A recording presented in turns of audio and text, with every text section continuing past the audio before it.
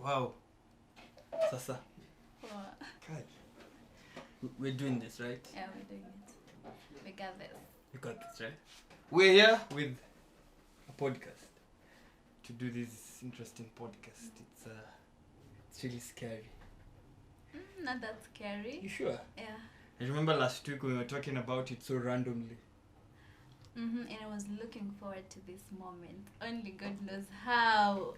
You seemed too prepared. Why am I feeling so tensed? Anyway, so I feel like we should like begin by introducing ourselves. Let's just get to know each other. Let's get our first audience to get to know us on our very first video. Even before we tell them what we are all about, what we're about. See, we just introduce ourselves, and of course, ladies first. Oh, hello guys, and welcome to the first episode of the Deep Dives podcast with your hosts Rawlan and Pretty Kavata. Guys, are you ready for this? My name is Purity Kavata. I'm a student, I'm a model, and I'm a fashion enthusiast, and I'm looking forward to interacting with you guys. This podcast is mainly to entertain, to engage you guys, and to learn together as young people. I've always been passionate about young people because when you're young, that's when you can either do something that will help you, or else you'll just ruin what you have, you see. So we are looking forward to engaging with you guys, to bringing in guests young just like us, so that they can also share their experiences on what they've been through till their age right now. So if you really like the sound of this, kindly subscribe to this podcast. Thank you so much, Pretty. Umejintroduce vizuri. Kwa majina mimi ni Rawlan Omoto. Nasemanga mimi nimeokoka. Yesu ni Bwana. Pastor wangu tunasemanga I am a full-time minister, part-time. Part-time. Nafanya vitu mingi. Part-time film producer, part-time content creator, part-time simply TV media is what I do. Technically, it's generally all about media. I love telling stories. I love creating motion. I just love everything. Like even right now, this is basically my passion, but not sitting on this chair. But it's okay. It's generally what we do, what we do even with the team behind the scenes, and so I'm really looking forward to this. Like Pretty amesema, we're all about young people. We're all about inspiring you guys, and hopefully this conversation is just gonna hit the ball rolling. Like we just wanna share our experience. We wanna get to know you guys better. How is your mental well-being? How is your emotions? How do you handle money? How do you handle dating? These are the things that we come in here to do and to talk about them. So Pretty, tell me one thing. Your experience growing up. My experience growing up? Okay, my experience growing up, I've been brought up by a single mom, but that was till Form 1. I had a dad till Form 1, and then Form 1, boom, they decided to cut 8 shots. Waliamua kuiachilia hapo, maybe because in relationships there is that time that comes that you guys can't work out anymore, you see. So like I think that was it for them, and then they were like, that's it. So since then nimegrown only a mother figure, and I would say at some point it really affects someone. As a lady growing up without a father figure, as when you grow up and you get into relationships, it's hard for you to realize your worth. You find yourself in toxic situations because you didn't have that one person that should have shown you the way forward, you see. So that was my experience growing up, but through kupitia tu vitu, I got used to it, and I knew my worth, and I got into the world fully prepared. So that's me. After high school, I went to the university. Dating here and there, it didn't work out for me, so I was like, acha ikae.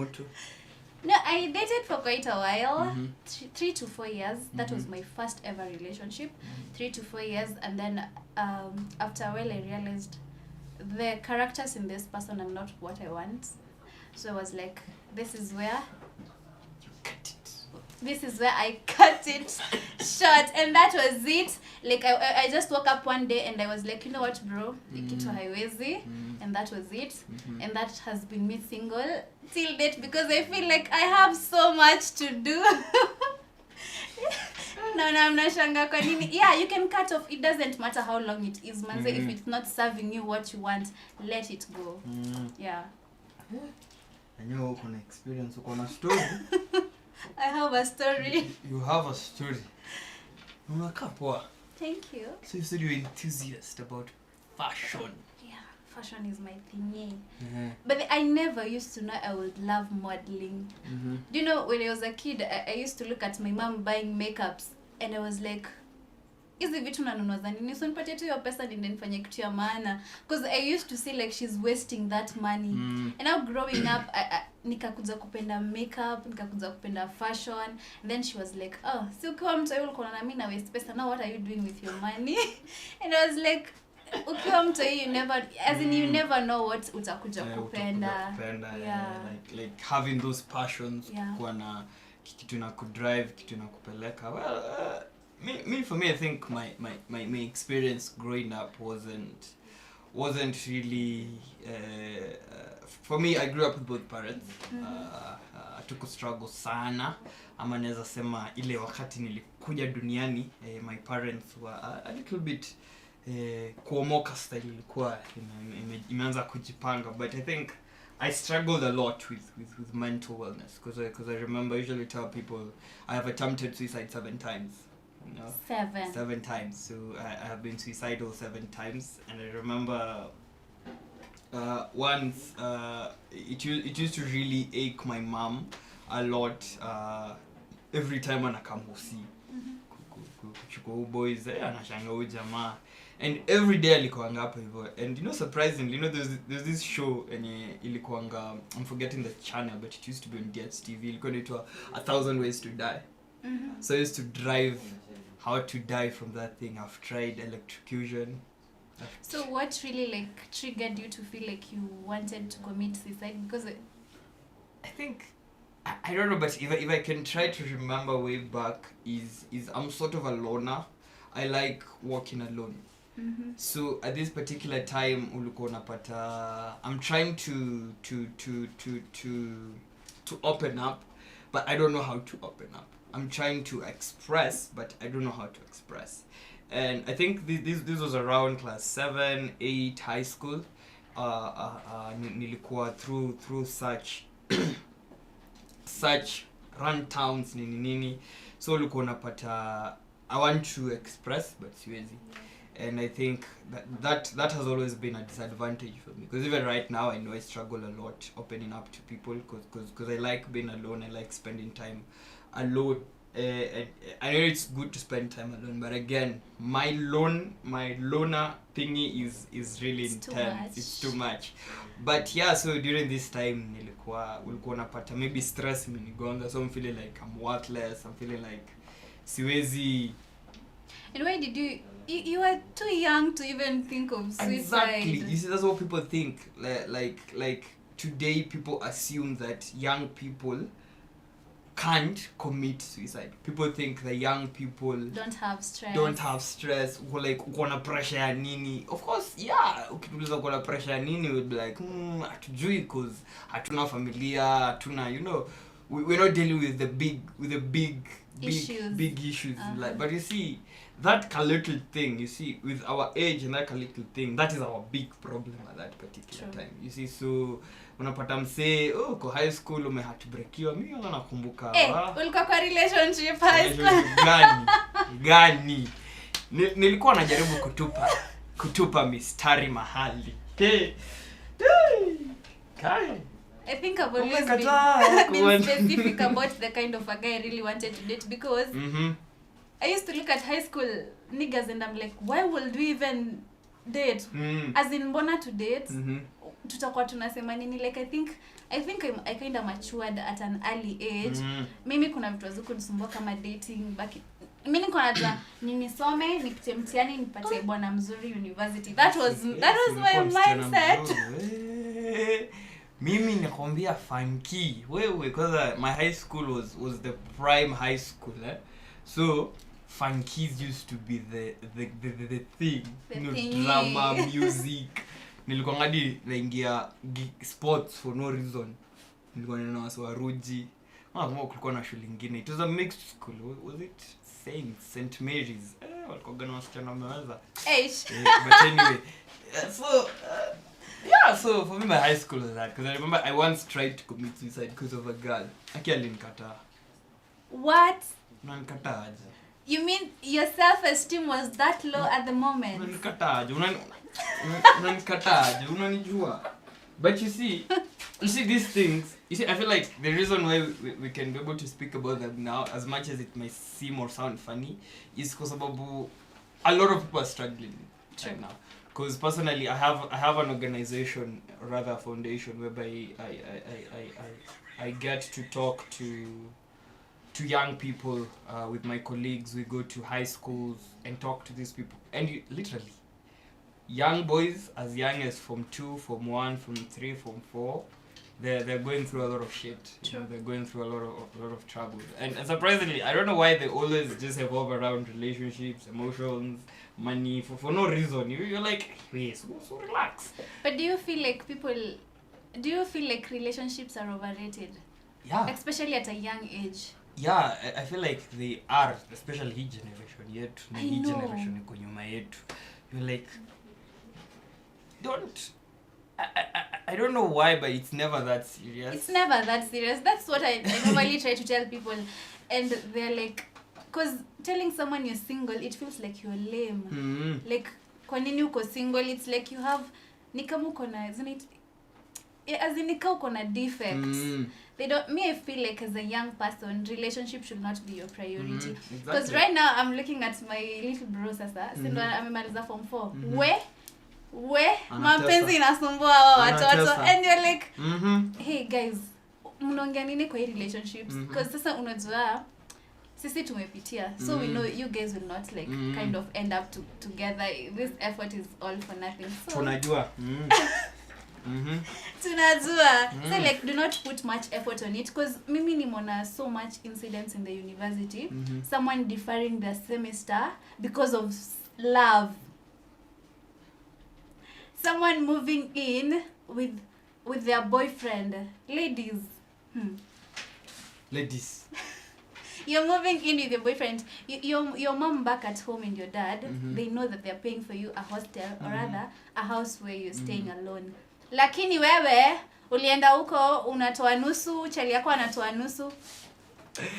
Because that reminds me, I don't know if I'm going to mention what campus it was, but I think even we all know, unasikizanga sijui chali, dem aliacha chali.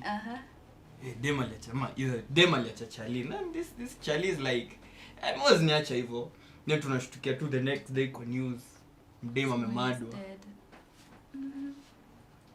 Si umeachwa, sikubali kuachwa. And I feel like before you guys get into a relationship, you should be like, we are trying this out. So if it doesn't work out, let's be optimistic enough to accept this, that it didn't work out for us. We didn't have the chemistry, the bond. So like, you can move on in peace. Because I feel like trying to hold back, hiyo ndo inafanyanga watu wanakuwa, mtu sasa kuzaliwa na yeye bana, sasa ni nini unaforce ukwe na yeye? Well, force issues, hey bana. But anyways, now that we're getting to talk, just getting to getting people to know each other. What will be your statement when we talk about money and finances?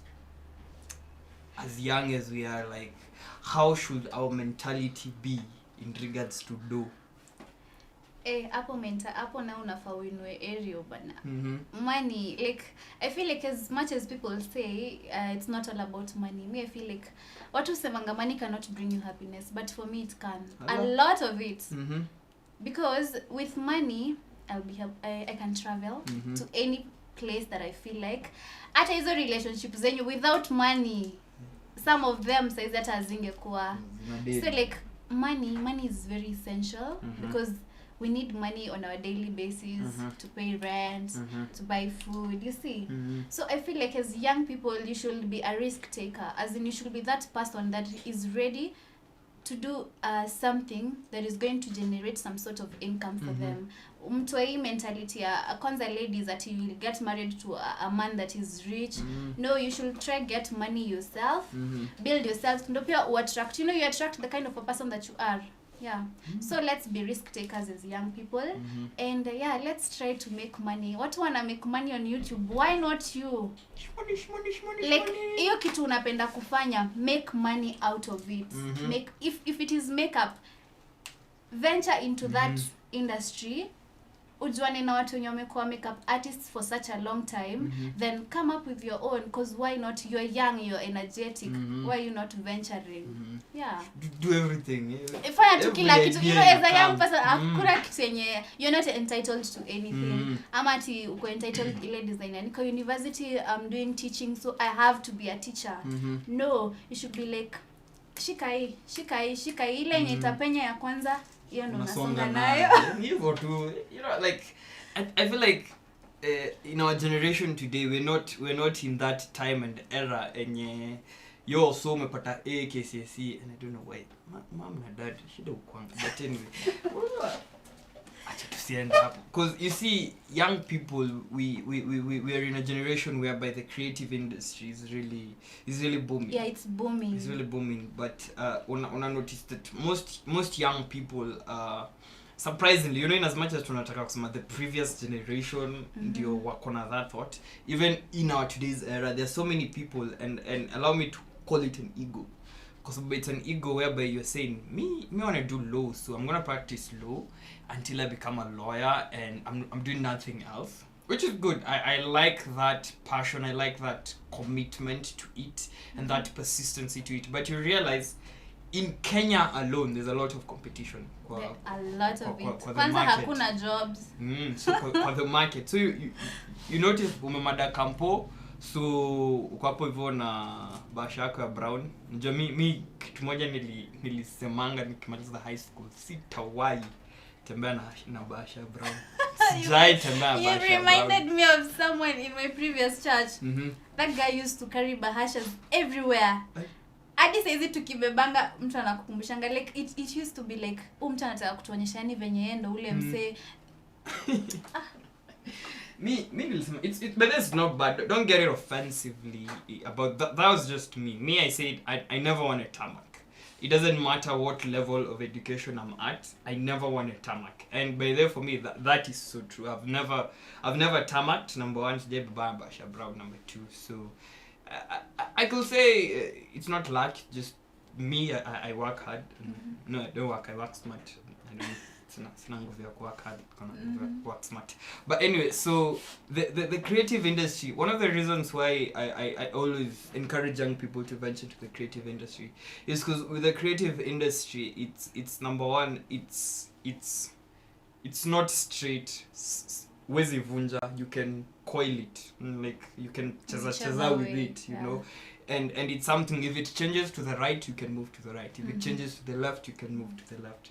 So I feel like in terms of money and finances, I have a friend. He's 25 years old. This guy is a millionaire.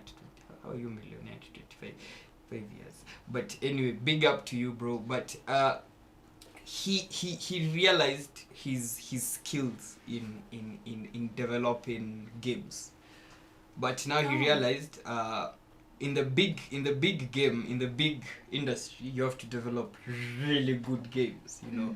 And so for him at his level, he was like, let me just develop these two tiny games for little babies. And apparently it happened that they are the games that are usually most downloaded or most bought, even in the international market. And that's how he made it, because he decided, you know what, I'm not gonna sit down and make a big game, complicated game. I'm just gonna make something simple, something for little babies, for little boys, little girls, that they can enjoy, that they can love and do. And that's how he really ventured into the gaming industry. He has a whole company, he's built a whole brand, he goes to big conferences just because of gaming. Yeah, because I think he came up with a unique idea. Because as much as you want to be in the creative industry, everyone is like doing what you want to do. Yeah, that's like true. for example, if we like the way we just woke up and like let's do podcast. A lot of people are doing podcast. So you doing podcast, you have to be unique in a certain way. And you have to deliver no watu waone your content yako. So And I feel like there's a lot of love out there. So if you have something, just do it. Yeah, so People guys, will show you love. we are delivering. Okay, tunajua ni episode yako. But subscribe. And so subscribe. I was thinking, there has been an issue. Unaona kwanza, I've had an issue with this. Unaona watoto wenye wamaliza form 4, they're like they want to go to the university, and unfortunately what they want to do is not what their parents want them to do. Yeah. I feel like there's always a big issue because hata mimi nakumbuka the time nilikuwa naingia university, there was a conflict in my family. Ni kama wao ndo walikuwa wanaenda kusoma. Like there's always that conflict with you and your family plus ile kitu unaenda kufanya. Do you feel like parents should let their children do what they just want passionately, ama they should decide for them what they should do? Yeah. Kuna kugana place most manga number one is if you don't want to do what your parents want you to do, what do you want to do? Because there are people who are smart in paper. Because I know a couple of guys wako fiti sana wana exam but you see now in reality is in reality ni hawajua nade kudu nini. They can perform on paper but kwa ground hawajui. So pena depend, you need to have a passion before ukae chini uanze kupinga mzazi uko like mom mimi nade kufanya hii na you don't have that particular passion. Do you want to do it kwa sababu ya crowd? Do you want to do it kwa sababu ya mbogi ama unataka kuifanya because this is something you believe in this course? There are people who just go to campus to but I feel like parents always know, because always kwa tu mtoi unagrow hivi and they don't know what you've been passionate about. In one or two ways ushai waambia ama washaiona this is what you're really passionate about. But you know the typical African parents wanatakanga utakuwa daktari. You have to be a lawyer because there's a certain image they want to paint in the village or wherever they come from. You see, so personally I feel like kama idea ya msee ni poa and you've really seen them being passionate about it since they were kids, usitry kuwa nini, because I've seen people going to campus. I used to have a friend na alikuwa anatuambia na asomea babake akimaliza mpeleke hiyo degree alafu yarudi sasa asome lecture alikuwa anataka. So you see, ama they should just compromise and come to a common agreement. I don't think at any point, because it's the same struggle that I've had with my dad. Cause my dad didn't really, he's like film ina do even the wanakuanga. So, I don't know what happened, but I really pushed. I just pushed and was like, you know what, I see you're persistent about it, and for me personally I'm passionate about it. So he was like, just go do what you want to do. Yeah. And he's really supportive on it and all through it. But yeah, sometimes there's gonna be that struggle, especially if you're a top performer in academics. You're just gonna struggle.